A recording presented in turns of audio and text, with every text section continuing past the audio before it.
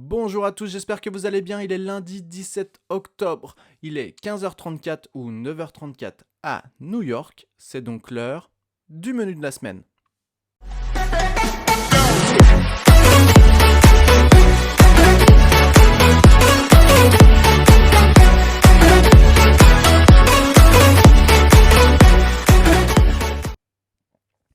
Pour commencer ce menu de la semaine, vous commencez à avoir l'habitude, on va regarder un petit peu les annonces échos qui vont être données sur cette semaine. On voit déjà que demain, ça va être relativement calme, qu'aujourd'hui, on a une seule annonce sur l'USD qui n'a pas donné, on va dire, grand-chose, il me semble. Qu'est-ce qu'on a d'autre? On a mercredi qui va être un petit peu chargé, mais on n'aura qu'une petite annonce en fin de journée sur l'USD, sinon beaucoup de choses sur le CAD surtout, un petit peu le GBP. Jeudi, que des annonces sur l'USD ce coup-ci, et vendredi, rien sur l'USD, en plus que des annonces à moyen impact. Donc, semaine, on va dire pour l'instant relativement calme. On verra un petit peu ce que ça donne vraiment. Donc, on va passer sur, sur le SPX 500, donc sur le ES, parce qu'on travaille du coup les contrats futurs, les contrats à terme. Donc voilà un petit peu ce qui s'est passé en semaine. Donc la semaine dernière, on voit qu'on est venu chercher les vides, là le vide de liquidité qu'on avait du coup ici, là sur le graphique en weekly. Et on a eu cette belle mèche aussi, on le verra en daily, où on est venu chercher tout simplement une zone de fair value gap. On est donc en daily. On voit que voilà, la fin de semaine dernière, on avait anticipé un peu cette bougie verte ici. On avait dit que voilà, au bout de la 5-6e bougie, on devrait avoir une bougie de retracement qu'on a eu. Donc ça, très intéressant. On est bien venu chercher les 50% ou plus pour repasser en zone premium. Donc c'est bien le cas. D'ailleurs, le lendemain, on est venu contacter cette zone ici de fair value gap avec les 50% H4. Sur le fair value gap, on voit qu'en daily, on a un vide ici. On va bien zoomer. On voit qu'on a un vide ici de cotation. Enfin, pas de cotation, mais plutôt de liquidité. Donc, on devrait devenir le rechercher. D'accord? Ça, c'est vraiment une zone qui va être relativement intéressante. Surtout qu'on reste, pour l'instant, avec un biais relativement baissier, parce qu'on voit qu'on a ce swing high ici. Là, on n'en a pas vraiment. On verra ce que nous donne la bougie ici, là, d'aujourd'hui, du coup, vu qu'on est en daily, voir quelle clôture elle va avoir, d'accord, ce qui pourrait nous reformer un swing high, mais on ne trouve pas vraiment là-dedans, c'est pas clair, on est plutôt en consolidation, il n'y a pas vraiment de swing low, donc pour moi, on est en phase un petit peu de consolidation, si on peut dire. Chose par contre intéressante, c'est qu'ici, on avait le swing low, qu'on est venu du coup prendre ici avec cette grande mèche, la mèche de jeudi. Et pour moi, ça serait potentiellement une prise en fait de sell stop, c'est-à-dire qu'on aurait pris la liquidité qui y avait en dessous. D'ailleurs, on est allé chercher toute la liquidité qu'il y avait sur le vide de liquidité en weekly. Donc, même si mon biais reste baissier, je suis en train de je suis en train d'être un peu mitigé là à l'heure actuelle. Et d'ailleurs, je vous montrerai sur la fin des choses qui vont un petit peu dans le sens aussi inverse. Il faut toujours avoir quand même les deux visions, les deux côtés de la pièce. On est baissier, tant qu'on n'a pas de signe vraiment qui nous prouve qu'on est autre chose que baissier, mais on commence à avoir des petits signes, alors des petits signes ici de consolidation, donc à voir un petit peu ce que ça peut donner. Là donc, du coup, ce qu'on va chercher, c'est toujours, enfin, dans l'éventualité où on consolide pour repartir à la hausse, si là c'est des sell stop, on va aller chercher un BOS pour après, du coup, pouvoir le trader et du coup changer de biais. D'accord? Donc, on est dans l'attente un petit peu de tout ça. En H1, on a alors plusieurs zones intéressantes, du coup voilà qu'on est en train de combler là avec la bougie de 9h. Donc ici, d'accord, on voit qu'on a un beau fair value gap qui est en train d'être comblé, voire même dépassé, et on a toujours en H1, on voit qu'on avait un gros fair value gap à créer du coup jeudi. Et il y a une petite partie encore qui n'a pas été comblée. Et ça pourrait être une zone intéressante aussi à venir chercher pour repartir à la hausse. On va enlever quelques... Voilà, pour bien voir. D'accord, donc ça pourrait être relativement intéressant. Aussi, donc, à voir un petit peu ce que le prix va nous donner. Est-ce qu'on va venir chercher ce qu'on disait en daily, selon comment cette bougie daily va finir, on aura la possibilité de voir ça comme un swing high ou non. Ça me semble quand même mal parti là aujourd'hui.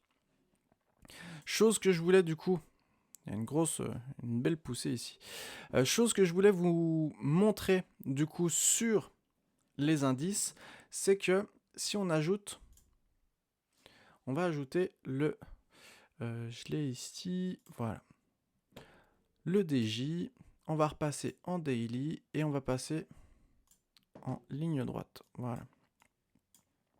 Il y a une chose relativement intéressante, alors on va ajouter aussi le Nasdaq, voilà. Donc, on a en bleu foncé, c'est donc le SPX, en bleu clair, c'est donc le Nasdaq, et en orange, c'est le DJ30.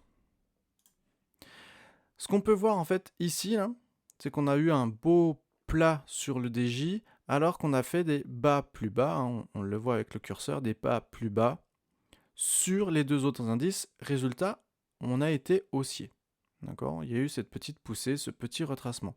Regardez ce qui se passe si on prend ici là, le plus bas du DJ, le plus bas, et je relèverai ça après, le plus bas du SPX, et ici, les plus bas au niveau du Nasdaq. On voit que là, on fait pas un plus bas, le deuxième, donc un bas, le bas est un peu plus haut, un bas, ici, on est un petit peu plus haut, et un bas, par contre, ici, on est bien plus bas.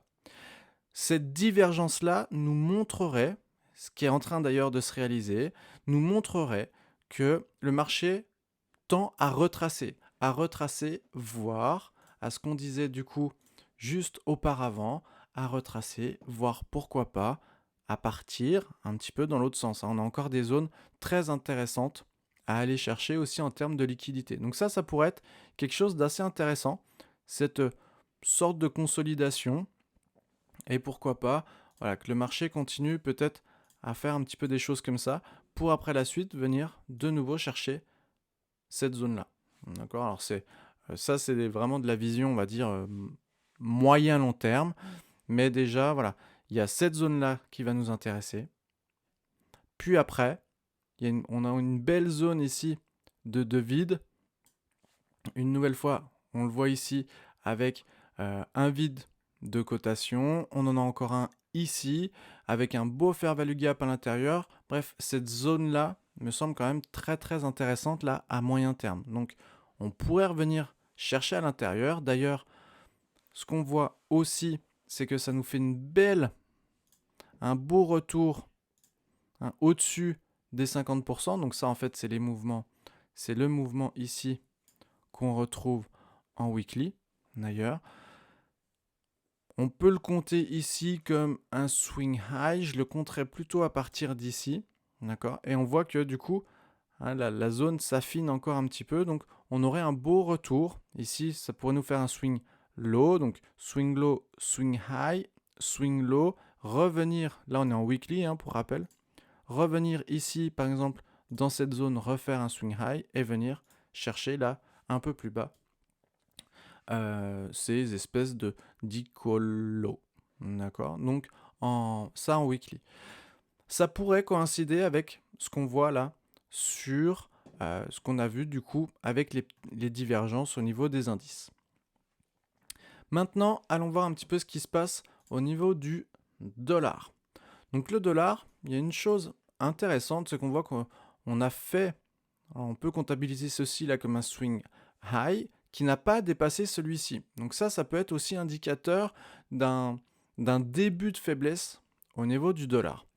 On avait anticipé la semaine dernière une descente ici Dans cette zone mentionnée avec les 50% du Fair Value Gap Daily et le Fair Value Gap Daily ici, on voit que si on enlève 5 jours, 1, 2, 3, 4, 5, il y a eu du mouvement, mais pas non plus énormément. On a quand même cette petite mèche là à la hausse, mais on voit que il y a encore de la place pour venir descendre, hein. Pour rappel, on est bien toujours,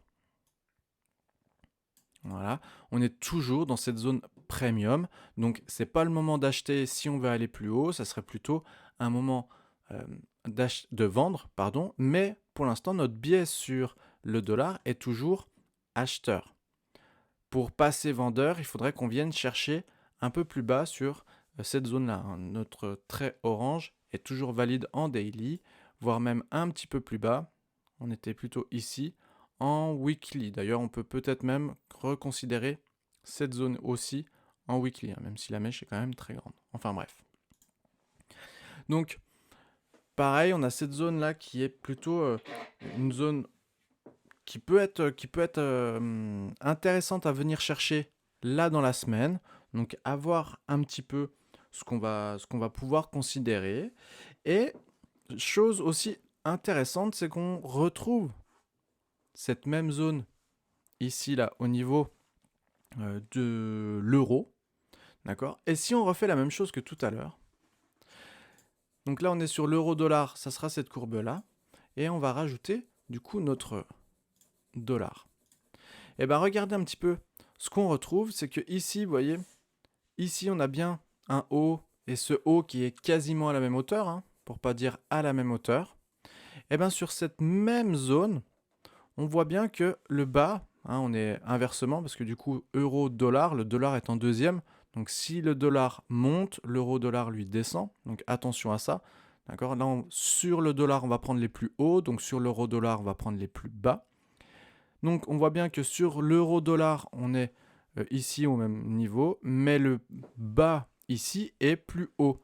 Ça aurait voulu dire que normalement, là, on aurait dû faire un haut plus haut. Chose qu'on ne fait pas. Et ça, de nouveau, c'est plutôt haussier pour l'euro-dollar. Donc si c'est haussier pour l'euro-dollar, c'est baissier pour le dollar. Et ça, c'est une chose assez intéressante parce que du coup, on retrouve ceci. On est bien de nouveau, hein, dans ce début de biais baissier ici sur le dollar. Donc, dans un premier temps, on va venir chercher cette zone-là. À partir de là, on verra si on continue pour venir chercher plus bas, créer du coup un BOS et pourquoi pas du coup changer de biais, d'accord, une nouvelle fois. Chose qui va nous intéresser aussi, c'est que du coup on va pouvoir mettre en relation les informations qu'on vient de voir. Donc on a dit que l'euro-dollar était plutôt baissier là sur du court terme. Et lorsque le dollar est baissier à court terme, on est plutôt haussier à court terme sur le SPX 500. Donc, ou sur les indices de manière générale. Donc du coup, on retrouve une nouvelle fois une certaine corrélation, une certaine cohérence entre ce qu'on trouve entre les différents indices américains, ce qu'on retrouve graphiquement sur notre SPX à moyen long terme, donc ça va nous donner potentiellement un certain biais, et en plus de ça, on retrouve des corrélations et des cohérences avec ce qu'on retrouve au niveau du dollar. Donc, pour l'instant, je le répète, je reste du coup baissier sur le SPX, d'accord, mais mon biais à court terme est haussier. Donc je vais vraiment essayer de prendre peut-être 2-3 petits trades à l'achat. Le but, c'est pas de rentrer pour faire du gros swing, avoir le meilleur point d'entrée pour aller prendre des profits dans un mois, dans 2 mois, dans 3 mois. Ça sera que des petits trades avec des petits profits. Par exemple, là, à l'achat, déjà venir, pourquoi pas, chercher cette zone-là. Voilà, ça sera prendre des plus petits trades en attendant d'avoir de vraies confirmations et du coup de basculer sur un biais haussier si on bascule sur un biais haussier. Voilà, c'est tout pour moi cette semaine. Une nouvelle fois, le calendrier est quand même pas non plus très fourni sur le dollar. Donc, à voir, une nouvelle fois, à voir ce que ça va donner. sur cette semaine.